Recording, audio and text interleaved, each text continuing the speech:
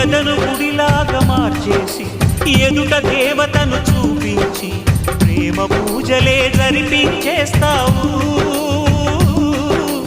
వింత మాయలో పడదోసేస్తావు.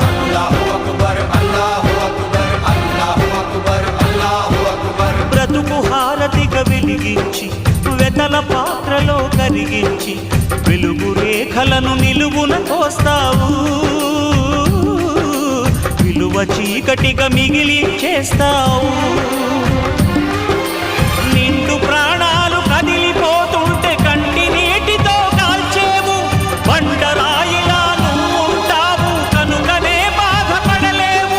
ఈ మాయలన్నీ నీకే తెలుసని మనిషిని పట్టుకు వేధిస్తావు.